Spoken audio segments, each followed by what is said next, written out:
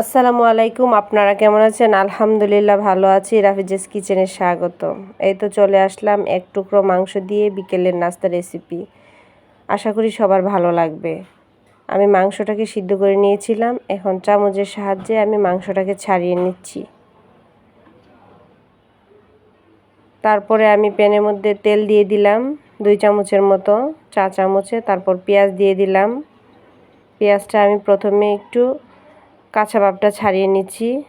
তারপর হাফ চামচ আদা, হাফ চামচ রসুন দিয়ে দিলাম। দিয়ে আমি মশলাটাকে একটু ভাজা ভাজা করে নিচ্ছি যাতে মশলার কাঁচা গন্ধটা না থাকে। তারপর হলুদ, মরিচ, ধনিয়া, জিরা, লবণ দিয়ে অল্প পরিমাণে পানি দিয়ে মশলাটাকে কষিয়ে নিচ্ছি যাতে মশলার মধ্যে কোনো কাঁচা গন্ধ না থাকে। তারপর সিদ্ধ করা মাংসটা আমি মশলার মধ্যে দিয়ে নেড়ে চেড়ে নিচ্ছি। মশলা, পেঁয়াজ, মাংস যাতে ভালো করে ভাজা ভাজা হয়ে যায়। তারপর 1 চা চামচ কাঁচামরিচ দিয়ে দিলাম। খুব অল্প তেলে আমি মুরগির মাংসটাকে ভেজে নিলাম। এই তো ভাজা হয়ে গেল। তারপর ইস্ট 1 চামচ, দুধ 1 চামচ, স্বাদ মতো লবণ দিয়ে আমি একটা ডো বানিয়ে নিয়েছিলাম। এটাকে ভালো করে মথে নিচ্ছি যাতে ডোর ভিতরে যে বাতাস আছে এটা বের হয়ে যায়। তারপর আমি একটা রুটির আকার দিয়ে দিচ্ছি। অল্প পরিমাণে আমি আটা দিয়ে দিলাম রুটি বেলার সুবিধার্থে। আপনারা চাইলে তেলও দিতে পারেন।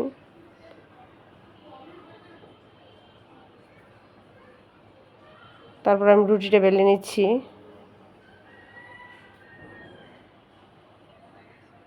খুব আলতো হাতে করতে হবে। তারপর আমি একটা গ্লাসের সাহায্যে গোল শেপ দিয়ে নিলাম। আপনারা চাইলে আপনারা যার যার মতো করে করতে পারেন।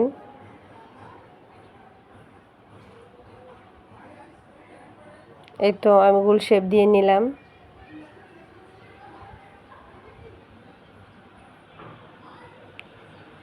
এখন আমি মাংসের পুরটা দিয়ে দিলাম।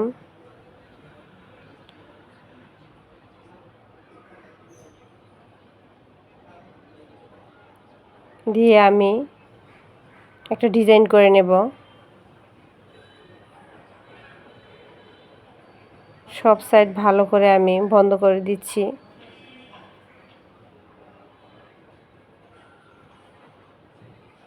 খুব মজাদার এবং বিকেলের নাস্তার জন্য অনেক ভালো একটা রেসিপি, বাচ্চাদের অনেক পছন্দের। তারপর আমি এরকম একটু ডিজাইন করে নিচ্ছি। আপনারা আপনাদের মন মতো ডিজাইন করে নেবেন।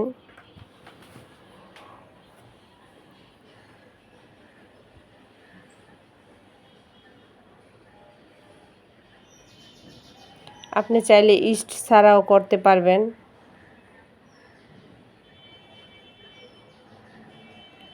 এই তো হয়ে গেল।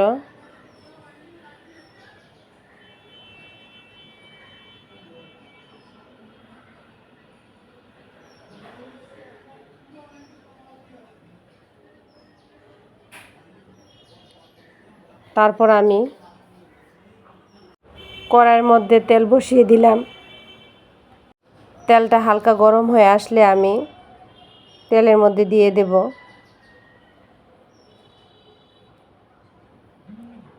এক সাইড হয়ে এসেছে, আমি আরেক সাইড করে নেব।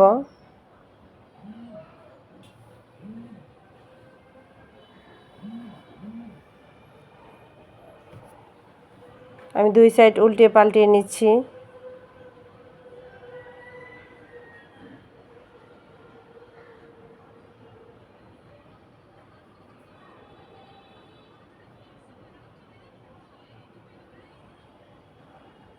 এখন আমি উঠিয়ে নেব।